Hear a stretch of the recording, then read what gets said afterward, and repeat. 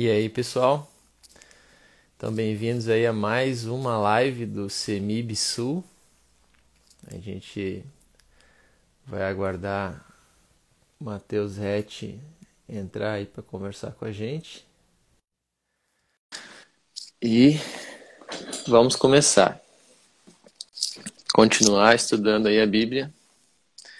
E aí, Matheus, como é que Bom tá? dia ou boa tarde, sei lá como é que se fala nesse horário. Pois é, né? Tá num período intermediário aí também. Não sei bem qual é o ponto de corte entre o bom dia e boa tarde. Entre o boa tarde e o boa noite também, não sei bem como é que é, não sei qual é o horário É, oficial, desejo mas, desejo que mas, seja bom. mas estamos aí novamente. Deixa eu ajeitar aqui o meu volume. Estamos aí novamente. Aí um pouquinho mais tarde do que de costume. Não sei pros hábitos aí de almoço do pessoal, se isso é bom, se isso é ruim. Vamos ver. Vamos ver, vamos ver. Mas a dupla dinâmica o pessoal colocou ali. Coach Thiago. Tiago, Bratão, Tiago, Rebeca. Aham. Mas eu vou confessar, Matheus, eu tô ficando até acostumado com essas lives aí de segunda-feira, né? Não, tá sendo bom, cara. Horário do almoço ali eu já começo a separar o texto bíblico e tô gostando. Tá sendo bom. E então vamos continuar direto pro texto bíblico. Hoje a gente talvez tenha o tempo aí reduzido. Vamos continuar na nossa Uhum, proposta de estudar a Bíblia inteira, livro por livro, capítulo por capítulo, uhum. versículo por versículo. No Pô, que legal, último. a gente tem uma aluna nova que vai começar com a gente hoje, nos assistindo já. Espero que você goste também, Rebeca. Olha aí que bacana, Rebeca. Rebeca Figueiredo tá aí com a gente já, antecipando aí a aula. Vai ser bom, vai gostar. Porque hoje de noite vai ter aula contigo de liderança e comigo no EAD de apologética. Então, a gente vai se ver hoje de noite mais tarde também. Então, Matheus, vamos pular direto pro texto bíblico, tá? Uhum, beleza. Último encontro a gente parou em Gênesis 1:26. Uhum. E aí, vamos pegar ali de onde a gente parou e vamos continuar a leitura. No último encontro, a gente tinha lido o seguinte, ó. Também disse Deus, estou lendo Gênesis 1:26. Façamos o Uhum. homem à nossa imagem conforme a nossa semelhança. E aí que a gente tinha parado, agora a gente avança. Uhum. Tenha ele domínio sobre os peixes do mar, sobre as aves do céu, sobre os animais domésticos, sobre toda a terra e sobre todos os répteis que rastejam pela terra. Essa ideia de domínio sobre a criação aparece também no versículo 28 e lá no capítulo 2, no versículo 15. Aí eu quero te Uhum. perguntar, Mateus, o que quer dizer essa ideia de domínio? Seria uma espécie de carta branca para o cara fazer o que ele quiser com a criação ou com o planeta e pensando nessa pauta mais ambientalista que a gente tem hoje em dia? Ou significa uma outra coisa? O que quer dizer esse domínio?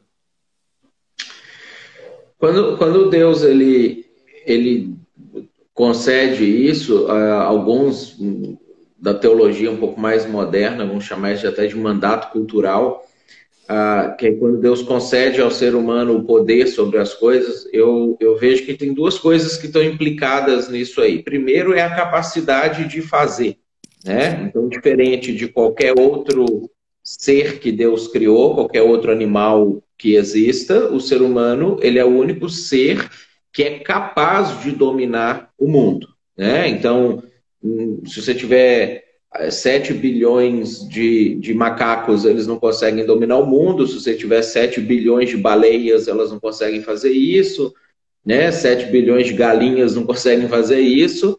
E você precisa de um punhado de ser humano, você não precisa nem dos 7 bilhões de seres humanos. Hoje a gente, com poucos milhões, já conseguiria controlar o mundo, né? A gente influencia o mundo de uma maneira que nenhum outro ser Faz, e temos controle sobre como vamos fazer isso.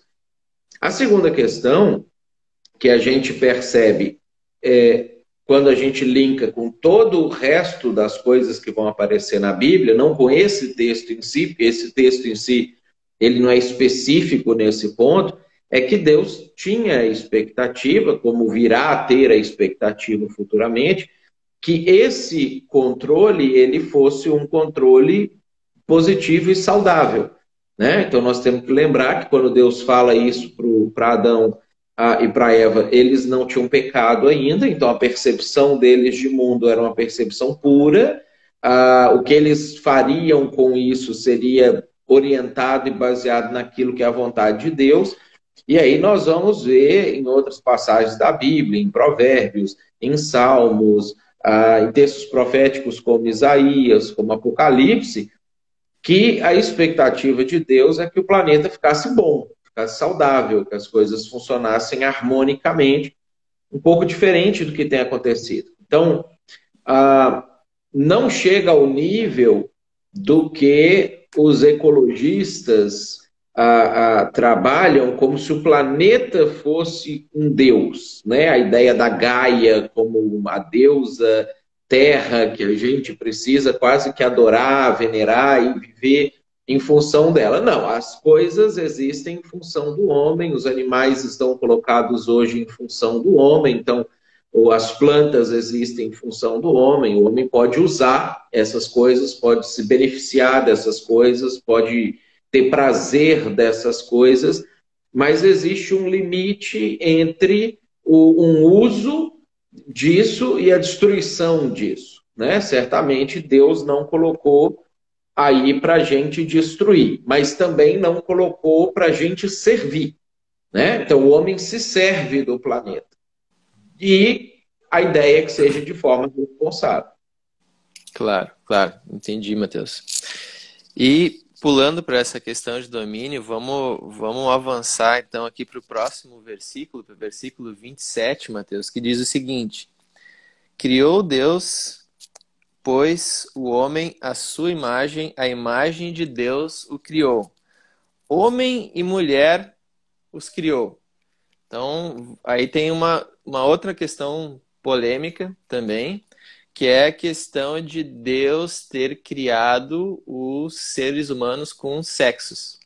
E essa questão é muito polêmica hoje, especialmente por causa dessas, por exemplo, teoria queer, que afirma que o sexo e o gênero são coisas diferentes.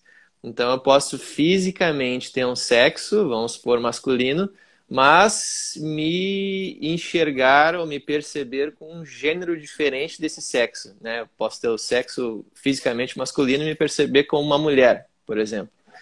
Aí, o que Gênesis tem a dizer sobre essas questões que a gente enfrenta, por exemplo, teoria queer ou a próprio como é que a gente encara essa questão dos homossexuais hoje em dia? Como é que Gênesis tem a dizer sobre isso? Tá, eu vou separar então a sua pergunta em duas partes. Eu vou falar primeiro a respeito da transexualidade, que é a questão de gênero e etc. Depois a gente fala da homossexualidade, porque são duas coisas diferentes, né? O transexual, ele nasceu biologicamente com um sexo e se identifica com outro, né? O homossexual não, ele nasceu biologicamente com sexo, ele se identifica com aquele sexo, ele só gosta de outras pessoas do mesmo sexo que ele. Então são duas coisas diferentes que a gente trabalharia. Primeiro, a questão do gênero, né?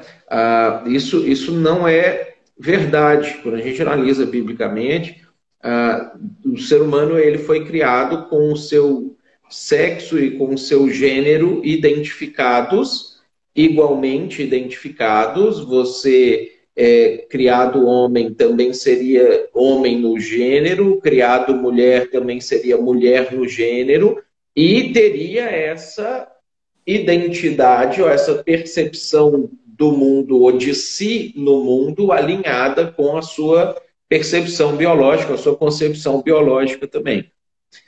Com essa nossa... Com o pecado, né, nós tivemos aí uma dissociação muito completa em relação a diversas coisas. Então, por exemplo, nós não fomos criados para ter problemas de sociabilidade, e, no entanto, algumas pessoas têm.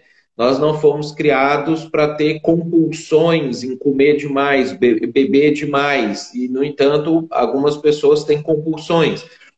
Nós não fomos criados para poder ter dificuldade de relacionar com outras pessoas, mas algumas pessoas têm dificuldade para relacionar com outras pessoas. Então, a gama de problemas que nós temos, que já estão, que nos afastam daquilo para o que nós originalmente fomos criados, ela é enorme. Tá? Uma delas é a identificação entre gênero e sexo. Isso também foi distorcido, vamos dizer assim, para algumas pessoas, né? Então a gente tem que lembrar que nenhuma pessoa reúne em si mesmo todos os problemas, ou todas as disfunções, ou todas as desconexões.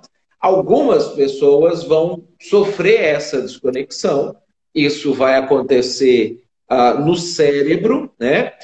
Infelizmente, pelo fato de que é proibido fazer esse tipo de pesquisa hoje, porque nem academia, seja na psicologia, seja na medicina, seja na bioquímica, a academia não pode fazer pesquisa que consiga ou gere a possibilidade de identificar a homossexualidade ou a transexualidade como uma deficiência ou um problema, por si só essas coisas já não seriam aprovadas para ir para frente, nem teriam financiamento. A gente não consegue chegar exatamente em qual mecanismo do cérebro, qual processo químico falha para que a pessoa não consiga se identificar com o seu gênero em relação à sua sexualidade. Deus não criou assim. Deus criou homem e mulher com o sexo definido, com gênero definido. Agora, em os problemas surgindo, em os problemas acontecendo, é que nós precisamos tentar encontrar as maneiras bíblicas de lidar com o problema. Não de fingir que o problema não existe, não em ignorar ou tentar tratar como normal aquela situação.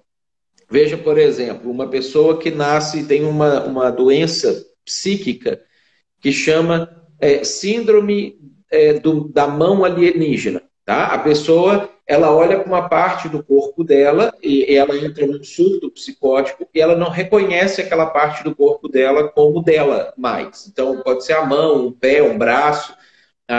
E ela começa a querer tirar aquela parte do corpo. E se ela não se tratar, ela não tiver um acompanhamento psiquiátrico adequado, não tomar remédios, etc., vai chegar um momento da vida dela que ela vai começar a tentar e às vezes até consegue tirar. Então, tem casos clínicos que a pessoa arranca a própria mão, arranca o próprio pé, ela amputa para se sentir confortável, para se sentir bem, porque ela não consegue conviver com aquilo ali. Então, isso, quando acontece com a mão, com o pé, é tratado como um problema psíquico. A pessoa vai fazer um tratamento porque o cérebro dela não está conseguindo identificar uma parte do corpo dela, que biologicamente é dela, como de fato sendo a constituição de quem ela é. Né? Quando isso acontece com um órgão sexual, com o caso das mamas, com o caso do pênis, com o caso de outras partes do corpo, outras regiões do corpo, mas que é voltado ou ligado para a área sexual da pessoa, aí isso não pode ser trabalhado mais. Ao invés da gente fazer um acompanhamento para ver por que o cérebro da pessoa não está mais identificando aquela parte do corpo dela como sendo dela, a gente fecha o assunto, isso vira um tabu, não pode mais ser conversado ou trabalhado, e acaba tentando trazer isso como se fosse uma coisa normal. Não é, porque Deus não criou assim. E a própria pessoa, se você olhar como que é a vida da pessoa, a situação da pessoa, por mais que ela sinta um alívio, muitas vezes, em extirpar uma parte do corpo e fazer uma mudança aparente daquilo que biologicamente ela não se sente como, é óbvio que isso vai trazer outros problemas para as pessoas. Então, O nosso mundo hoje é um mundo em que a gente não pode falar para alguém, ah, você tem um problema e nós precisamos chegar na solução. É um mundo em que a gente tenta normalizar os problemas, né? Só que nós não, à luz da Bíblia, nós não podemos fazer isso, né? O homossexual já é um caso diferente. Ele se identifica com o sexo que ele nasceu, com o gênero que ele tem, e não se entende de outro gênero, mas a afetividade sexual dele passa a ser direcionada por uma pessoa do mesmo sexo que ele. Aí esse é outro problema, não é uma questão relacionada com essa passagem, porque ele ainda é homem ou ainda é mulher, ele não se identifica de forma diferente, não binária e aquela coisa que a transexualidade ou queer pode acabar trazendo para si. Aí é um problema lá para Levítico, é onde esse assunto começa a ser tratado. Uhum. Então, tu fez uma separação bastante didática aí, Matheus. Esse texto de homem e mulher, ele se aplica à transexualidade, teoria queer, essa separação entre gênero e sexo, mas não se aplica à questão da homoafetividade. O cara que se identifica com o próprio sexo e só sente atração por uma pessoa desse mesmo sexo. Essa Isso. separação aí foi bastante didática. E acho que pode ajudar também bastante gente a pensar sobre esse tema. Então, já deu um spoiler aí quando a gente chegar lá em Levítico. Não sei quando a gente vai chegar. Então, a gente vai tratar de novo sobre esse assunto. Beleza. Tá, então vamos avançando aqui no texto, tá? Eu vou continuar lendo e vou fazer as próximas perguntas. Aqui para o versículo 28. E Deus os abençoou e lhes disse: sede fecundos, multiplicai-vos, enchei a terra e sujeitai-a. Aqui a gente volta para aquela questão do domínio. Dominai sobre os peixes do mar, sobre as aves dos céus e sobre todo o animal que rasteja pela terra. Vai me interrompendo se quiser fazer algum comentário, Matheus. E aqui no versículo 29 tem uma questão, uma pergunta. E disse Deus ainda: eis que vos tenho dado todas as ervas que dão semente e se acham na superfície de toda a terra, e todas as árvores em que há fruto que dê semente. Isso vos será para mantimento. Aí tem uma questão, Matheus. Será que Deus era vegano? Ou queria que Adão e Eva tivessem uma alimentação vegana? Ou esse texto aqui nos dá uma base para defender uma dieta vegana? Como é que a gente encara essa questão aqui do que foi dado para o homem como alimento? Uma das questões, quando a gente estuda hermenêutica, que a gente precisa aprender a fazer, é separar o que é narrativo e o que é prescritivo. Tá? E também temos que entender a progressividade da revelação bíblica e como que ela vai acontecendo ao longo do tempo. Então, quando Deus criou o ser humano, quando Deus criou Adão e Eva, e nos primeiros milhares de anos ali, ou centenas de anos da existência do ser humano até o momento do dilúvio, o ser humano ele deveria comer vegetais, ele era vegetariano, ele tinha que se alimentar somente disso, e não é nem vegano, é vegetariano completo, porque ele não podia comer nem derivados dos animais, né? Essa é uma condição que perdurou por um tempo, a gente não sabe especificamente a razão disso ter acontecido. A gente especula que pode ser pelo fato de que se o ser humano já começasse comendo os animais ali, os animais iam entrar em extinção, porque Deus também estava criando eles naquele momento. A gente pode entender que, num primeiro momento, esse seria o plano original de Deus para uma harmonia da criação, e depois, como a criação entrou em desarmonia e Deus autorizou a alimentação dos animais.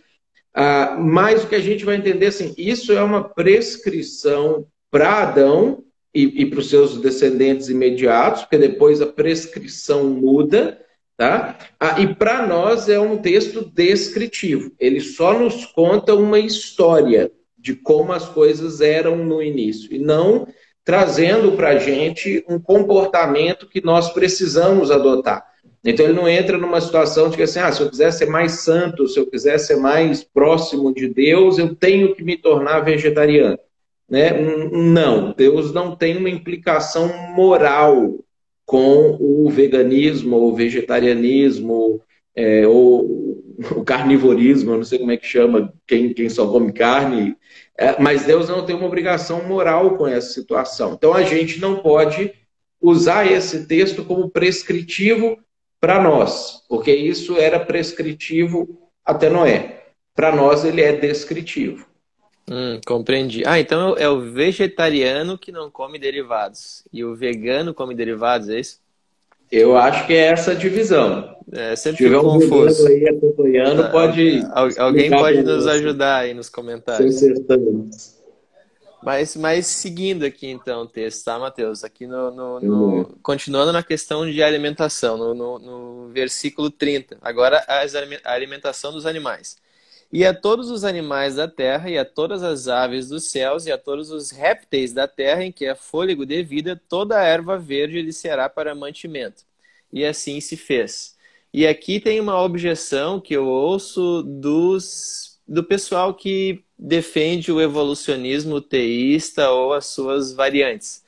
Que eles falam o seguinte, que, por exemplo, um ser como o leão ele é totalmente adaptado, né, ao seu físico, às suas presas, né, teu intestino, para ser um caçador, para ser carnívoro e para consumir outros animais.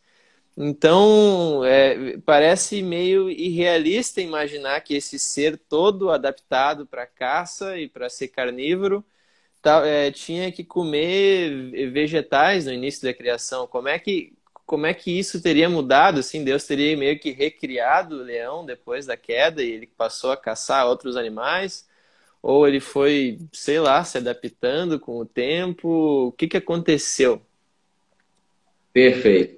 Só para pontuar, ó, a Kelly e a Darla nos ajudaram aí. O vegano é que não come nada derivado. O vegetariano come o derivado. Então, Adão e Eva eram veganos. Ah, eu tava certo então, Matheus. Isso aí, isso aí. Pessoal dando a força para nós aí. Boa, Nós boa, não Kelly. tivemos tempo suficiente, vamos dizer assim, para avaliar o que seriam os animais todos sendo vegetarianos, porque a queda aconteceu logo a seguir, né? E aí nós tivemos os animais muito próximo das criações deles, já passando a ter uma divisão entre carnívoros e herbívoros. O que nós sabemos é que os animais hoje e vamos dizer assim, os animais que a gente ainda tem congelado, alguma coisa assim, de tempos para cá, a gente consegue definir claramente que tipo de alimento que eles consumiam ou como que eles faziam, e a gente consegue ter clareza nessa diferenciação de um organismo adaptado para uma realidade, um organismo adaptado para outra realidade. Nós não temos os fósseis do primeiro leão que Deus criou, para a gente poder fazer essa comparação, ou para a gente poder identificar se em que momento houve adaptação. A gente sabe, pelo próprio, da onde o Darwin tirou as ideias dele de evolucionismo, que embora não haja um evolucionismo a nível de transformação de espécies, a adaptação dos organismos ela é muito rápida, né? Então, por conta da seleção natural, você tem ali uma mudança de dieta, você vai ter a extinção de todos os espécimes que não conseguem mudar para a dieta, só vai continuar sobrevivendo os que conseguem, só esses vão reproduzir, você vai passar a ter uma forma mais homogênea, vamos dizer assim, de animais existindo, ou de seres daquela modalidade ali existindo. A gente tem isso no próprio ser humano, em relação às nossas tonalidades de cor de pele, né? Conforme o ser humano morava em uma determinada região do mundo, ele era negro, ele era branco, ele tinha o seu organismo adaptado para sobreviver naquela região, e isso acontecia rapidamente, você não precisava de milhões de anos para você ter essas trocas, para você poder ter essas mudanças. Então, bem provavelmente para os animais é a mesma coisa. Você não precisaria ter milhões de anos para você ter uma adaptação. O que a gente sabe é que nós não tivemos milhares de anos de animais que hoje são carnívoros sendo vegetarianos, né? A mudança foi muito rápido, ou a realidade disso ter sido diferente foi muito rápido.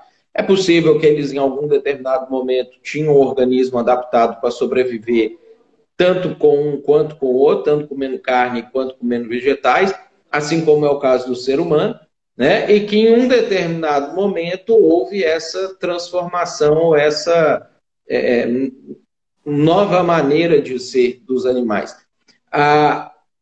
A gente consegue identificar isso no próprio ser humano, tem alguns cientistas que trabalham essa ideia com a própria formação do apêndice do ser humano, né? Que é um órgão hoje que não serve para nada, que já teve alguma função, alguns identificam que era uma função metabólica de vegetais, que a gente não se alimenta deles mais, e por isso o órgão diminuiu, e você vê que isso acontece muito rápido, né? Você não precisa de muitas milhões de anos para um órgão atrofiar, e outro assumir um comportamento mais importante ou uma coisa nesse sentido. Então a gente não tem como saber o elo perdido, em que momento isso trocou, né? Porque foi muito rápido, não foram milhões ou milhares de anos. Compreendido, Matheus, mas não é uma coisa irrealista, assim como o pessoal fala que é. E vamos aqui para o versículo 31 para encerrar o capítulo 1, tá? Termina assim, diz o versículo: viu Deus tudo quanto fizera, e eis que era muito bom. E aí a minha pergunta, e houve a tarde e manhã o sexto dia. E a minha pergunta é, ele sempre nos dias anteriores terminava o trabalho da criação naquele dia, Deus olhava o que fez e fala, viu que era bom. E aí nesse último dia ele fala que foi muito bom. Isso é significativo? Seja a criação do homem ali no sexto dia ou finalização da obra toda tem esse extra, assim, essa coisa não é só bom, é muito bom. E isso tem alguma outra implicação, assim? Porque isso nos diz qual é a intenção de Deus para a criação, né? Era uma coisa que era para ser muito boa, o pecado veio depois, mas isso vai tornar a ser muito bom em algum momento. O que a gente pode tirar de reflexão para concluir esse capítulo 1? Isso a gente vai derivar da teologia judaica. A gente não tem... Porque o texto não fala para a gente sobre isso. Agora... se você analisar os dias da criação, os 6 dias da criação, você vai ver que no segundo dia, Deus não falou que era bom. Ele fala que o primeiro dia foi bom, do terceiro dia em diante é bom, o sexto é muito bom, e o segundo ele não fala nada. Então, dentro da teologia judaica, existe uma interpretação disso, de que você tem o sexto dia como sendo o para que os outros dias existiram. Por isso que os outros dias eram bom, ou em hebraico ele usava a expressão tov, era tov, tov, tov, e o último foi matsuriam, foi excelente, foi maravilhoso, porque ele que culminou. E o segundo dia, ele não foi bom, Deus não cita ele como sendo bom, porque o segundo dia é quando Deus está efetivamente reformulando o desastre que foi da criação anterior, daquilo que tinha acontecido anteriormente. Pedro fala para nós que a criação anterior acabou em água, né? E a gente sabe isso no início da narrativa, porque fala que havia trevas na face do abismo e o Espírito de Deus pairava sobre as águas, então o nosso planeta inteiro estava coberto de águas. No segundo dia é quando Deus separa águas de águas e faz aparecer a porção seca, ou seja, o planeta se torna possível de ser habitado novamente por seres terrestres, que tinham sido extintos nesse momento anterior. E então Deus não diz que esse dia foi bom, ele não acha esse dia bom, porque é um dia que ele tem que mexer no passado, né? O sexto dia, ele é excelente porque é um dia que aponta para o futuro, que é para a criação de Deus perfeita, aquilo que é a razão de Deus ter feito todas as outras coisas, que era o homem, que era poder ter o homem e a mulher, o ser humano, e mais semelhança dele se relacionando com ele. Então, essa é a explicação rabínica para por que isso aconteceu. Porque um dia que não é bom, 4 dias que são bons e um dia que é maravilhoso, um dia que é excelente. Mas, de novo, é uma explicação teológica rabínica. A gente não tem no texto bíblico essa explicação. Interessante, Matheus, interessante. E então a gente demorou aí 3 encontros e concluímos o capítulo 1 de Gênesis. Não sei quanto tempo a gente vai demorar para cobrir a Bíblia toda nesse ritmo, Matheus, mas a ideia é essa, a gente fazer sem pressa aqui a leitura do texto bíblico. Eu não sei, o teu tempo deve estar acabando agora, né, Matheus? Está quase a 1 hora. Então a gente encerra por aqui, acho que é um bom ponto de chegada. E no próximo encontro a gente já começa falando do 7º dia e do sábado e do descanso, já tratando dessas questões aí logo de cara. Então eu vou me despedir do pessoal, acho que a gente não teve nenhuma pergunta que precise responder antes de sair. A gente faz aí um último aviso para você que está assistindo aí e achou interessante a discussão, gostaria de aprofundar essa conversa aí com a gente. O CEMIB Sul está com as inscrições abertas na modalidade EAD e presencial, então de qualquer lugar do Brasil tu pode se inscrever e estar estudando com a gente aí, aprofundando essas questões sobre Bíblia, sobre liderança, sobre defesa da fé, como é que você se posiciona com questões de evolucionismo e outras questões parecidas com essa. Então fica aí uma oportunidade. O link para inscrição e para mais informações está aqui na bio do nosso perfil. Então esse era o recado, esse era o papo. Matheus, valeu. Valeu. Segunda que vem, bom tá junto, muito bom. Segunda que vem estamos aí de novo, então, discutindo capítulo 2. Então Isso aí. Matheus, valeu. Bom trabalho aí, pessoal. Até a próxima. Grande abraço.